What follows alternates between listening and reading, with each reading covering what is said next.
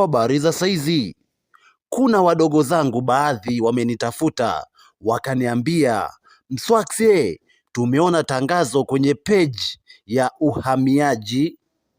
Inasema chuo cha uhamiaji cha kikanda Tanzania kimetangaza nafasi ya masomo ya kujiunga na diploma in migration, security and strategic studies kwa mwaka husika. Sasa vijana wanauliza, je, nikimaliza tutaingia uhamiaji moja kwa moja? Basi jibu langu ni kama ifuatavyo. Kwani navyojua mimi, chuo chochote iwe Harvard, Oxford, Stanford na vinginevyo, chuo ni njia ya kuingia kwenye mfumo wa ajira, lakini si garantii ya kupata kazi. Ipo hivi, kuna wahitimu wanaoajiriwa moja kwa moja, wengine hulazimika kusubiri, wengine kutokupata nafasi kabisa kulingana na nafasi zilizopo.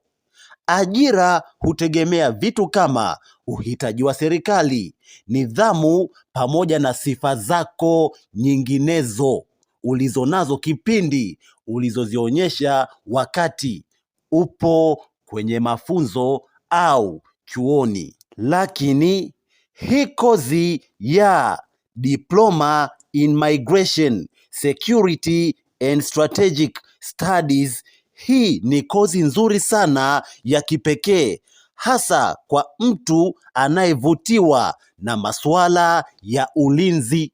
Tuangalie faida mojawapo ya kusoma kozi hii ya Diploma in Migration, Security and Strategic Studies.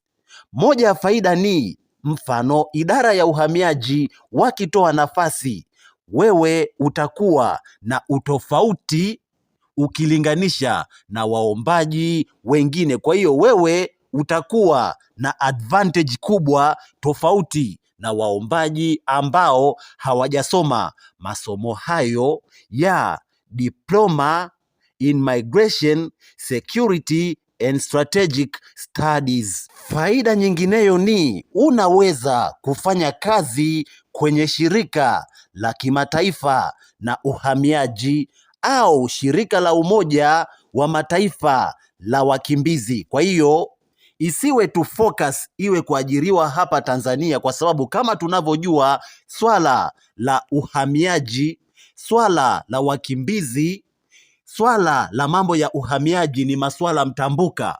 Kwa hiyo isiwe tu kuajiriwa hapa Tanzania, no, unaweza ukafocus hata kuajiriwa nje ya Tanzania. Na mwisho, unaweza kujiajiri wewe mwenyewe.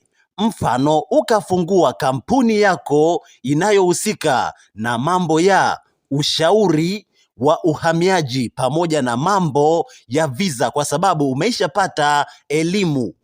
Kwa hiyo wewe unaweza ukafungua kampuni hiyo inayohusika na mambo ya immigration and visa consultancy. Asante sana, nikutakie kila la heri.